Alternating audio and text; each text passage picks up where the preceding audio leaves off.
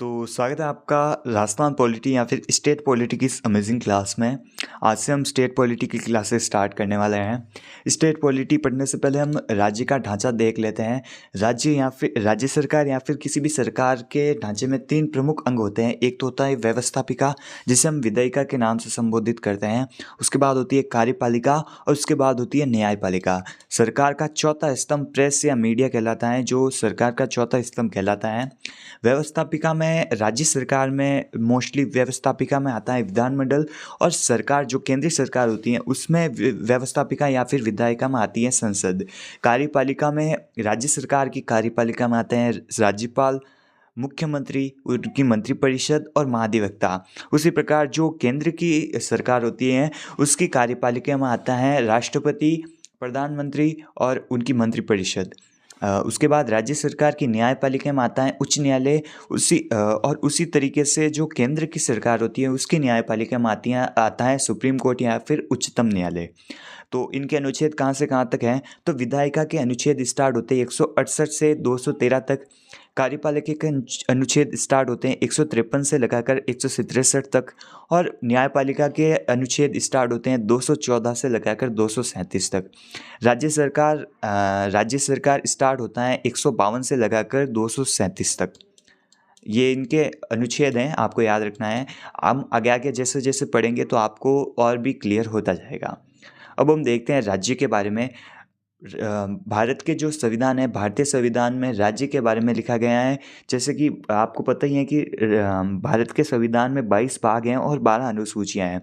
उनमें से भाग 6 में राज्य के बारे में दिया गया है। और भाग 6 के कितने अध्याय? तो भाग 6 के कुल 6 अध्याय हैं। जो भाग 6 में अनुच्छेद कहाँ से कहाँ तक है? तो भाग 6 में कहा तो गया है राज्यों के बारे में, और अनुच्छेद 152 से लेकर 237 तक, जिसमें कि भाग 6 में 6 अध्याय हैं। सबसे पहला अध्याय है साधारण, जिसमें कि अनुच्छेद 152 एक ही अनुच्छेद है। इसमें कहा क्या गया है? तो इसमें राज्यों की परिभाषा लिखी गई है कि भारत में कौन कौन से राज्य हैं। उसमें 370 हटने के बाद अब भारत के अंदर जम्मू कश्मीर भी एक राज्य का दर्जा मिल गया, मतलब वो केंद्र शासित प्रदेश के रूप में आ गया, परंतु उसको राज्य का दर्जा भी मिल रखा है। तो साधारण भाग 6 के अध्याय 1 में लिखा गया है 152, एक ही अनुच्छेद है 152, जिसमें कि राज्य की परिभाषा के बारे में लिखा गया है।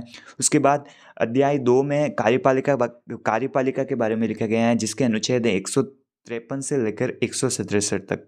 उसके बाद अध्याय 3 में लिखा गया है राज्य की विधानमंडल के बारे में, जिसके अनुच्छेद स्टार्ट होते हैं 168 से लेकर 212 तक। उसके बाद राज्यपाल की विधायी शक्तियों के बारे में लिखा गया है 213, अनुच्छेद 213 में। उसके बाद राज्यों के उच्च न्यायालय या फिर हाईकोर्ट के बारे में लिखा गया है अनुच्छेद 214 से लगाकर 232 तक। उसके बाद जो अधीनस्थ न्यायालय हैं उनके बारे में लिखा गया है 233 से लगाकर 237 तक। ये अनुच्छेद पूरे हो गए।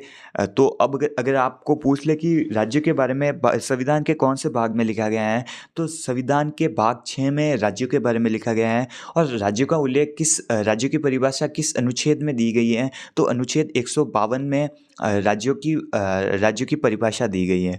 ये अनुच्छेद 152 किसका भाग है? तो ये भाग 6 के अध्याय 1 का भाग है। तो ये आपको याद रखना है। उसके बाद हम स्टार्ट करने वाले हैं राज्य की कार्यपालिका। राज्य की कार्यपालिका में सबसे प्रमुख जो व्यक्ति होता है वो होता है राज्यपाल, जो कि राज्य की कार्यपालिका का प्रमुख भी होता है। राज्यपाल के संदर्भ में भारतीय संविधान में कहाँ पर बात की गई है? तो राज्यपाल पद के बारे में भारतीय संविधान के 22 भागों में से भाग 6 में बात की गई है, और भाग 6 के अध्याय 2 में राज्यपाल के बारे में मोस्टली बात की गई है। और राज्यपाल के संबंध में अनुच्छेद कहाँ से कहाँ तक है? तो राज्यपाल के संबंध में अनुच्छेद 153 से लेकर 161 तक मुख्य अनुच्छेद दिए गए हैं। उसके बाद भी कुछ और अनुच्छेद है राज्यपाल की शक्तियों के बारे में, वो हम अदर में पढ़ेंगे। उसके बाद राज्यपाल जो पद है उसका प्रावधान कहाँ से लिया गया है? तो राज्यपाल पद का प्रावधान कनाडा से लिया गया है। हम जब इंडियन पॉलिटी पढ़ेंगे तो उसमें हम जब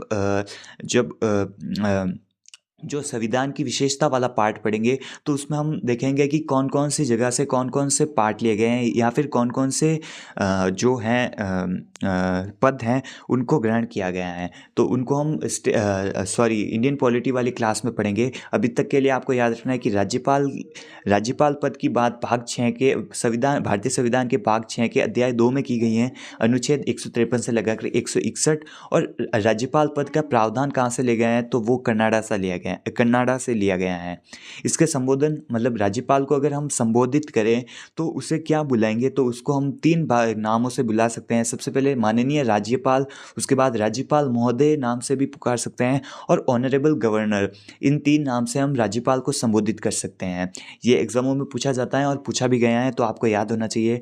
अब हम एक ट्रिक लगाएंगे जिससे कि हमें राज्यपाल के संदर्भ में सभी जो अनुच्छेद हैं वो याद हो जाएंगे। उसकी ट्रिक ये है कि राका निकायों की शर्तें शपथ का अक्ष, ये ट्रिक है।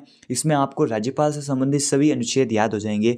इसमें सबसे पहले देखते हैं, रा से हो गया 153 अनुच्छेद में राज्यपाल के बारे में दिया गया है। उसके बाद का से हो गया कार्यपालिका प्रमुख, तो 154 में दिया गया है कि जो राज्यपाल होगा वो समस्त कार्यपालिका शक्ति राज्यपाल में निहित होगी और ये राज्य की कार्यपालिका का प्रमुख होगा। उसके बाद निकायों में नी से हो गया नियुक्ति, तो अनुच्छेद 155 में राज्यपाल की नियुक्ति के संदर्भ में प्रावधान किए गए हैं। उसके बाद कहाँ से कार्यकाल, तो 156 में कार्यकाल के बारे में बात की गई है। उसके बाद योग्यता, तो 157 में राज्यपाल की योग्यता के बारे में बात की गई है कि साइलेंट होगा। और शर्तें 158 में राज्यपाल से संबंधित प्रमुख शर्तों के बारे में दिया गया है कि राज्यपाल बनने के बाद कौन कौन सी शर्तों का पालन होना चाहिए।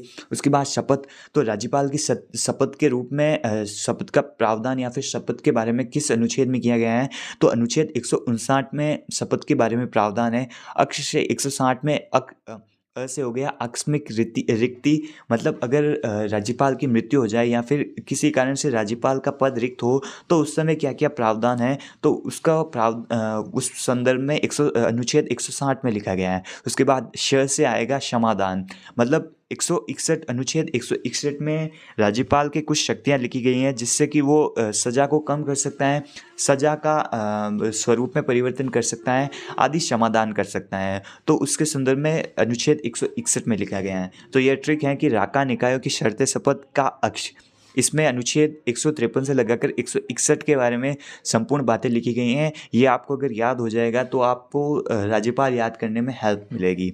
अब हम देखते हैं कि राज्यपाल जो है वो दोहरी भूमिका निभाता है। दोहरी भूमिका कैसे निभाता है, क्योंकि ये राज्य और केंद्र के संबंध में मध्य की कड़ी होती हैं, क्योंकि इनकी नियुक्ति राष्ट्रपति करता है। तो इस कारण ये केंद्र व राज्य के मध्य की एक कड़ी होती है जिससे कि केंद्र और राज्य के मध्य संबंध अच्छे स्थापित होते हैं। यह राज्य का प्रमुख होता है, तो ये दोहरी भूमिका निभाता है। उसके बाद इसके उपनाम क्या क्या है, तो राज्यपाल पद के उपनाम है राज्य का संवैधानिक प्रमुख, नाम मात्र का प्रमुख, क्योंकि सभी शक्तियाँ सीएम में होती हैं, और औपचारिक प्रमुख। तो नाम मात्र का प्रमुख हम अगर क्वेश्चन आ जाए कि राज्य में नाम मात्र का प्रमुख कौन है, तो राज्य में नाम मात्र का प्रमुख राज्यपाल है। और अगर हमें पूछ ले कि केंद्र में नाम मात्र का प्रमुख कौन सा है, तो केंद्र में नाम मात्र का प्रमुख राष्ट्रपति हैं। अगर हमें पूछ ले कि राज्य का रियल प्रमुख या फिर वास्तविक प्रमुख कौन है, तो वो मुख्यमंत्री होता है। ये आपको याद रखना है। उसके बाद हम एक एक अनुच्छेद को एक डिटेल वाइज पढ़ेंगे। सबसे पहले हम राका, तो रा से पढ़ेंगे 153 अनुच्छेद 153 में क्या प्रावधान किया गया है या फिर क्या लिखा गया है, तो 153 में लिखा गया है कि प्रत्येक राज्य का एक राज्यपाल होगा। उसके बाद 7वां संविधान संशोधन हुआ 19 अक्टूबर 1956 में। इसमें कहा गया कि एक व्यक्ति 2 या 2 से अधिक राज्यों का राज्यपाल भी नियुक्त किया जा सकता है। मतलब जैसे कि मैं राजस्थान का राज्यपाल हूँ, तो राष्ट्रपति अगर चाहे तो मुझे पंजाब, हरियाणा और मध्य प्रदेश का भी राज्यपाल बना सकता है और अतिरिक्त प्रभार दे सकता है। उसके बाद ये प्रावधान किस में किया गया, तो ये 7वें संविधान संशोधन की धारा 6 में किया गया। ये एक व्यक्ति 2 या 2 से अधिक राज्यों का राज्यपाल होगा, यह 7वें संविधान संशोधन की धारा 6 में कहा गया। और इसी 7वें संविधान संशोधन 1956 की धारा 29 में क्या कहा गया, तो इसमें किया गया कि राज्यपाल हैं उस पद को पहले पहले राज्य प्रमुख नाम से जाना जाता था। उसके बाद संविधान संशोधन 1956 में राज्य प्रमुख का पद को राज्य प्रमुख के पद का नाम चेंज करके राज्यपाल कर दिया। तो ये आपको याद रखना है। उसके बाद हम देखते हैं का से हम कार्यपालिका शक्ति के बारे में देखते हैं। अनुच्छेद 154 में लिखा गया है कि राज्य की समस्त कार्यपालिकीय शक्ति राज्यपाल में निहित होगी, जिसका कि यूज़ वो राज्यपाल अपने स्वयं या फिर अपने अधीनस्थ अधिकारियों या फिर अधीनस्थों के माध्यम से करेगा। तो इसमें कुल मिला के ये किया गया है कि राज्यपाल राज्य की कार्यपालिका का प्रमुख होगा और राज्य की सभी कार्यपालिका शक्ति राज्यपाल में निहित होगी और उनका यूज़ वो अपने स्वयं करेगा या अपने अधीनस्थ जो अधिकारी होते हैं उनके माध्यम से करेगा। उसके बाद नेक्स्ट हम देखते हैं अनुच्छेद 155। इसमें राज्यपाल की नियुक्ति के संदर्भ में कहा गया है कि राज्यपाल की नियुक्ति राष्ट्रपति द्वारा की जाएगी। हस्ताक्षर सहित एक अधिपत्र जारी करेगा राष्ट्रपति और इस अधिपत्र या फिर वारंट को विधानसभा में सुनाएगा कौन? तो इस अधिपत्र राष्ट्रपति द्वारा मुद्रा सहित हस्ताक्षर व मुद्रा सहित अधिपत्र को विधानसभा में मुख्य सचिव पढ़कर सुनाएगा। उसके बाद नियुक्ति के संदर्भ में दो परंपराएं हैं कि राज्यपाल उसी राज्य का निवासी नहीं होना चाहिए और राज्यपाल की नियुक्ति के समय राष्ट्रपति को संबंधित राज्य के मुख्यमंत्री से सलाह लेनी होगी। ये सिर्फ परंपरा है, इसका कोई संविधान में कोई उल्लेख नहीं किया गया है, परंतु ये पहले से चली आ रही परंपरा है। तो इस कारण अभी भी इसका अभी भी ये परंपराएं फॉलो हो रही हैं। धीरे धीरे कुछ उपवाद भी आएंगे हमारे सामने, वो हम पढ़ेंगे आगे। उसके बाद हम नेक्स्ट देखते हैं राज्यपाल का स्थानांतरण। तो नोट लगा कर एक बात लिखी गई है कि अगर आपको एग्जाम में पूछ ले कि राज्यपाल का ट्रांसफ़र कौन करेगा, तो राज्यपाल का ट्रांसफ़र राष्ट्रपति करेगा। और ये जो राज्यपाल हैं वो सबसे विवादित पद हैं, क्योंकि अगर केंद्र में बीजेपी की सरकार है और राज्य में कांग्रेस की सरकार है, तो राष्ट्रपति अगर ऐसे व्यक्ति को चुनकर भेजे जो कांग्रेस से संबंधित नहीं है, तो कांग्रेस वाले उसे परेशान करेंगे। तो इस कारण ये जो पद हैं वो विवादित पद हैं। उसके बाद हम देखते हैं अनुच्छेद 156 के बारे में, जिसमें कि राज्यपाल के कार्यकाल के बारे में बात की गई है और राज्यपाल के त्यागपत्र के बारे में भी बात की गई है। राज्यपाल अपना कार्यकाल कब से कब तक चलाएगा? तो राज्यपाल का कार्यकाल होता है राष्ट्रपति के पश्चात पर्यंत, मतलब राष्ट्रपति के मर्जी से कार्यकाल पूर्ण करेगा। और त्यागपत्र किसको देगा? तो अगर राज्यपाल की नियुक्ति राष्ट्रपति कर रहा है तो राज्यपाल अपना त्यागपत्र भी राष्ट्रपति को ही करेगा। मतलब अगर जैसे कि राज्यपाल ने अगर अपना त्यागपत्र देने की सोची, तो वो राष्ट्रपति को संबोधित करते हुए अपना वो जो त्यागपत्र होगा वो लिखेगा। अगर राज्यपाल उपलब्ध नहीं है और राष्ट्रपति उपलब्ध नहीं है और उपराष्ट्रपति अतिरिक्त प्रभार संभाल रहे हैं, तो भी वो जो राज्यपाल होगा वो राष्ट्रपति को संबोधित करके ही त्यागपत्र लिखेगा। उसके बाद राज्यपाल का कार्यकाल कब से कब तक होता है? तो 5 वर्ष तक होता है राज्यपाल का कार्यकाल। और राज्यपाल अपना पद कब छोड़ेगा? तो अगर जैसे कि आज मैं राज्यपाल हूँ और कल मेरे 5 साल पूरे होने वाले हैं, तो क्या मैं अगले दिन से ही ऑफिस जाना बंद कर दूंगा या फिर राज्यपाल का पद त्याग कर दूंगा? तो ऐसा नहीं होगा। जब तक न्यू राज्यपाल नियुक्त नहीं होंगे तब तक मैं उसी पद पर बना रहूँगा। तो इस कारण यहाँ पर लिखा गया है कि राज्यपाल अपने पद पर तब तक बना रहेगा जब तक नए राज्यपाल पद ग्रहण न कर ले। उसके बाद हम देखते हैं कि निम्न का उल्लेख संविधान में नहीं है। तो राज्यपाल को हटाने का उल्लेख संविधान में नहीं है, राज्यपाल को हटाने के कारण का उल्लेख संविधान में नहीं है, और राज्यपाल की पुनर्नियुक्ति के संदर्भ में कोई भी आर्टिकल या फिर कोई भी बात संविधान में नहीं की गई है। ये 3 चीज़ों के बारे में हम क्यों पढ़ते हैं? क्योंकि राज्यपाल से संबंधित या फिर राज्यपाल के जैसा ही एक केंद्र में एक पद है जिसे हम राष्ट्रपति के नाम से जानते हैं, और संविधान में राष्ट्रपति को हटाने के संदर्भ में राष्ट्रपति को हटाने के कारण के संदर्भ में और राष्ट्रपति की पुनर्नियुक्ति के संदर्भ में संविधान में बातें कही गई हैं, और ऐसी बातें राज्यपाल के संदर्भ में संविधान में नहीं कही गई हैं। तो ये आपको याद रखना है। उसके बाद हम नेक्स्ट देखते हैं अनुच्छेद 157 के बारे में, जिसमें कि राज्यपाल की योग्यता और राज्यपाल की योग्यता या फिर अर्हता के बारे में दिया गया है। तो इसमें दो बातें कही गई हैं कि राज्यपाल भारत का नागरिक हो, जन्म से आवश्यक नहीं है कि जन्म से ही भारत का नागरिक होना चाहिए, अगर उसने बाद में नागरिकता प्राप्त करी है तो भी वो एलिजिबल है, और 35 वर्ष की न्यूनतम आयु पूर्ण कर चुका हो।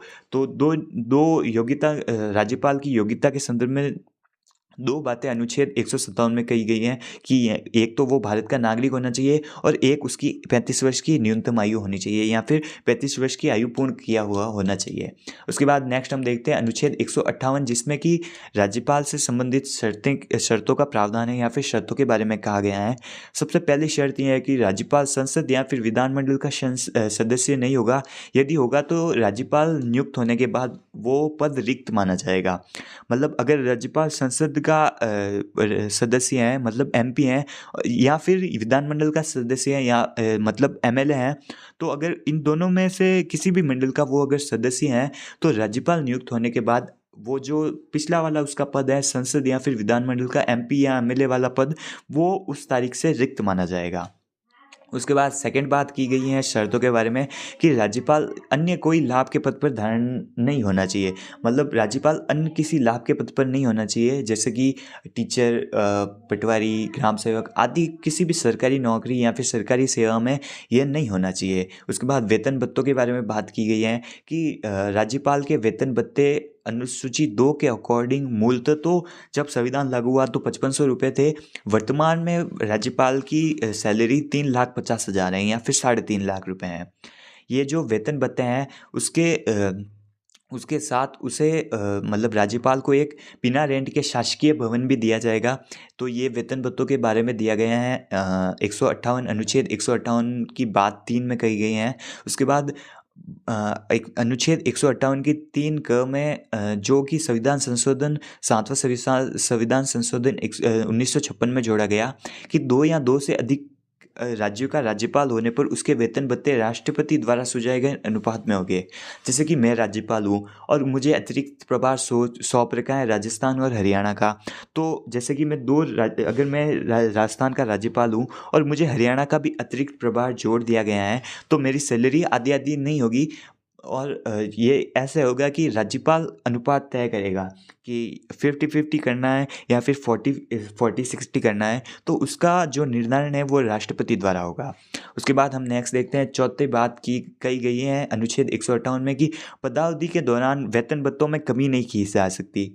मतलब जैसे कि मैं राज्यपाल के पद पर हूँ और मेरी सैलरी 3,50,000 है, तो उसमें कमी नहीं की जा सकती, मतलब हानिकारक परिवर्तन नहीं किया जा सकता, परंतु उसे बढ़ाया जरूर जा सकता है। ये बात कही गई है 158 के भाग 158(4) में। उसके बाद नोट लगाकर लिखा गया है कि वेतन भत्ते कौन निर्धारण करेगा। तो जैसे कि मैं अभी वर्तमान में राजस्थान का राज्यपाल हूँ, तो मेरी सैलरी राज्य की संचित निधि से आएगी और उसके बाद रिटायरमेंट के बाद जो मेरी पेंशन आएगी वो केंद्र की संचित निधि से आएगी। यही सेम प्रावधान हाईकोर्ट के जो मुख्य जज होते हैं उनके बारे में भी हैं। जब तक मैं हाईकोर्ट का मुख्य जज हूँ राजस्थान में, तब तक मेरी सैलरी राजस्थान के खजाने से आएगी और उसके बाद रिटायरमेंट के बाद मेरी जो पेंशन होगी वो केंद्र की संचित निधि या फिर भारत के खजाने से आएगी। उसके बाद नेक्स्ट अनुच्छेद हम देखते हैं, अनुच्छेद 159। इसमें शपथ का प्रावधान है कि राज्यपाल कौन सी शपथ लेगा। तो शपथ के मामले में आपको यही याद रखना है कि शपथ राज्यपाल लेगा, और अगर कोई अतिरिक्त प्रभार किसी को सौंप ले, जैसे कि मैं राज्यपाल हूँ और मेरी आकस्मिक मृत्यु हो गई और राज्यपाल का पद रिक्त है और राष्ट्रपति ने हाईकोर्ट के मुख्य न्यायाधीश को मेरे राज्यपाल का पद अतिरिक्त प्रभार सौंप दिया, तो वो हाईकोर्ट का जो मुख्य जज होगा वो भी राज्यपाल पद की शपथ लेगा। तो राज्यपाल की पद की शपथ कौन लेता है, तो राज्यपाल लेता है, और राज्यपाल का कार्य करने वाले जो अधिकारी होते हैं वो भी राज्यपाल के नाम से शपथ लेते हैं।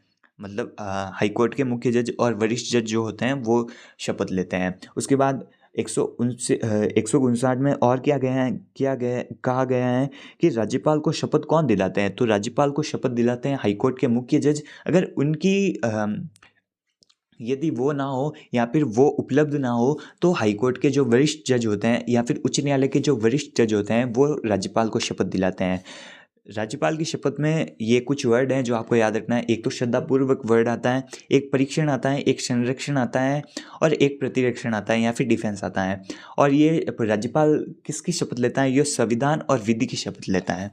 उसके बाद हम नेक्स्ट देखते हैं अनुच्छेद 160, जिसमें आकस्मिकता या फिर आकस्मिक रिक्ति के बारे में बात की गई है कि अगर राज्यपाल का पद आकस्मिक रूप से खाली हो जाए तो उसका उपबंध कौन करेगा? उस पद को भरने का उपबंध राष्ट्रपति करेगा। तो राष्ट्रपति किसको राज्यपाल का पद सौंपेगा? या तो अदर स्टेट के राज्यपाल को अतिरिक्त प्रभार सौंप देगा या फिर हाईकोर्ट के मुख्य जज को कार्यवाही राज्यपाल नियुक्त कर देगा। तो ये आपको ये देखना है अनुच्छेद 160 में क्या कहा गया है। उसके बाद अनुच्छेद 161 में क्या क्या समाधान के बारे में बात की गई है कि अगर राज्यपाल चाहे तो किसी भी व्यक्ति की सज़ा माफ़ कर सकता है। इसमें कौन कौन से हैं? तो क्षमा, लघुकरण, परिहार, विराम और प्रविलंबन। इसमें क्षमा का अर्थ क्या होता है? तो अगर कोई जुर्म किया गया है और राज्यपाल चाहे तो उसको पूर्णतः क्षमा कर सकता है, परंतु आपको ये बात याद रखनी है कि सैन्य न्यायालयों को क्षमा नहीं कर सकता। सैन्य न्यायालय द्वारा दी गई जो सज़ा होती है उसको वो क्षमा नहीं कर सकता और मृत्युदंड को माफ़ नहीं कर सकता राज्यपाल। उसके बाद लघुकरण, सज़ा के स्वरूप में परिवर्तन, जैसे कि उम्र कैद करी तो उसको उसमें अगर फांसी हो तो उसको उम्र कैद के रूप में परिवर्तन कर सकता है, तो उसमें लघुकरण कर सकता है। उसके बाद परिहार क्या होता है? तो अवधि कम करना, जैसे कि 7 साल की सज़ा किसी व्यक्ति को हुई तो उसको कम करके, अवधि कम करके उसको 5 साल की कर सकता है। उसके बाद विराम, मूल सज़ा को विशेष परिस्थितियों में बदलना, जैसे कि एक प्रेग्नेंट लेडी है, उसको सज़ा सुना दी गई मृत्युदंड, तो अगर वो प्रेग्नेंट है तो विशेष परिस्थितियों में उसकी सज़ा को बदल सकता है, तो उसको फांसी की जगह उम्र कैद कर सकता है। ऐसी सज़ा में वो परिवर्तन कर सकता है। उसके बाद नेक्स्ट आता है प्रविलंबन। इसमें प्रविलंबन में क्या है? तो सज़ा को अस्थायी रूप से रोक लगा सकता है, जैसे कि फांसी आज होनी है तो उसको रोक कर 4-5 दिन बाद में कर सकता है, साल भर बाद में कर सकता है, उसके अकॉर्डिंग कर सकता है। तो ये हमारे राज्यपाल के संबंध में कुछ अनुच्छेद हैं वो पूर्ण हो गए हैं। एक अनुच्छेद है अनुच्छेद 162, जिसमें कि जो राज्य हैं उसके जो अधिकार क्षेत्र हैं उनके बारे में बात करी गई हैं, वो हम नेक्स्ट क्लास में पढ़ेंगे। आज की क्लास में बस नहीं, आज की क्लास में हमने सबसे पहले स्टेट पॉलिटी पढ़ना स्टार्ट किया, जिसमें कि हमने राज्य सरकार के 3 अंग देखे थे, विधायिका, कार्यपालिका और न्यायपालिका। कार्यपालिका में हम राज्यपाल के बारे में पढ़ना स्टार्ट किया था। राज्यपाल में हमने राज्यपाल से संबंधित कार्यपालिका प्रमुख, नियुक्ति, कार्यकाल, योग्यता, शर्तें, शपथ और आदि जो अनुच्छेद राज्यपाल से संबंधित है उनके बारे में देखा। तो आज की क्लास में बस इतना ही। हम मिलेंगे इसकी नेक्स्ट क्लास में। नेक्स्ट क्लास में हम कुछ अनुच्छेदों के बारे में बात करेंगे और राज्यपाल की जो शक्तियाँ हैं और राज्यपाल के जो प्रमुख कार्य और शक्तियाँ हैं उनके बारे में बात करेंगे। और फिर हम जो राजस्थान के जो राज्यपाल हैं उनके बारे में विशेष बात करेंगे। तो आज की क्लास में बस इतना ही। हम मिलेंगे इसकी नेक्स्ट क्लास में। तब तक के लिए आप वीडियो को लाइक कर दीजिएगा और चैनल को सब्सक्राइब कर दीजिएगा।